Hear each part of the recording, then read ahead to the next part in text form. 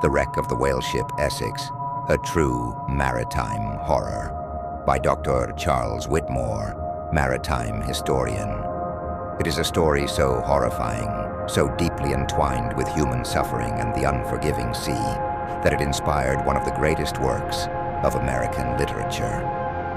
The whaleship ESSEX, doomed in the Pacific Ocean in 1820, is a tale of nature's wrath, human desperation, and the thin line between survival and madness.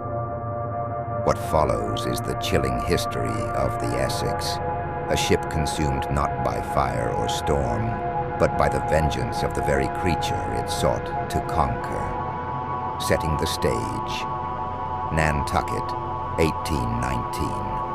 The ESSEX was a modest whaling ship, built in 1799 and considered old by the time it left Nantucket Harbor on August 12, 1819. Measuring just over 87 feet long and weighing 238 tons, it was dwarfed by many of the larger whaling vessels of its time. Yet its captain, 29-year-old George Pollard, Jr., and his first mate, Owen Chase, were confident in their mission. They sought the leviathans of the deep, sperm whales, prized for their oil, which fueled the lamps and industry of the growing world. The crew of 20 set sail with high hopes, their sights set on the lucrative whaling grounds of the Pacific. But whaling was dangerous and grueling.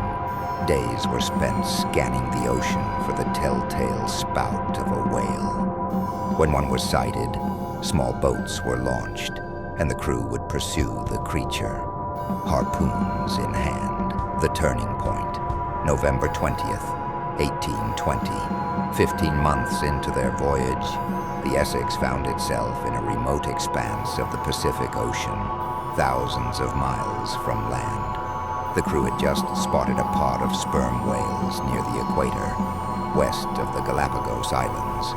As the small whale boats chased the whales, a massive bull sperm whale, estimated to be 85 feet long and weighing over 80 tons, appeared near the ship. At first it circled the ESSEX, as if studying the vessel. Then without warning, it charged. The impact was devastating. The whale struck the bow of the ESSEX, rocking it violently. As the crew scrambled in shock, the whale retreated, only to charge again. This time, it struck the ship's side, causing catastrophic damage. The hull splintered, and water began to pour in. The great beast swam away, leaving the ESSEX mortally wounded. Within minutes, the ship was sinking, its crew abandoning it for the open whale boats. Adrift in the Pacific, the 20 crew members, now divided among 3 small open boats, faced an ordeal few could imagine. They salvaged what they could: water, hardtack, and navigational tools. But their supplies were meager, and their predicament dire. Captain Pollard initially planned to head west, toward the Marquesas Islands, but the crew, fearing cannibals, voted instead to head south, hoping to reach South America, a journey of over 3,000 miles. It was a fateful decision that would seal their doom. For weeks they drifted under the scorching sun, their rations dwindling. Thirst and hunger began to gnaw at their sanity. The salt water cracked their skin, and their lips bled from the harsh wind and salt spray. Descent into madness. As the days turned into weeks, the crew's desperation grew. The first to die was Thomas Nickerson, a cabin boy just 15 years old. His body was committed to the sea, but as more men perished, the survivors faced an unthinkable choice. In their hunger, they turned to the bodies of their fallen comrades. Strips of flesh were cut, dried in the sun, and consumed. The act was both horrifying and necessary. To refuse was to die. In one of the boats, the situation became even more dire. Though, by the time Pollard's boat was left adrift with just 4 men, they resorted to drawing lots. The loser, a young man named Owen Coffin, Pollard's own cousin, was sacrificed to save the others. Pollard never forgave himself. Rescue and aftermath. On February 18th, 1821, after 89 days at sea, a passing whaling ship, the Dauphin, spotted one of the boats.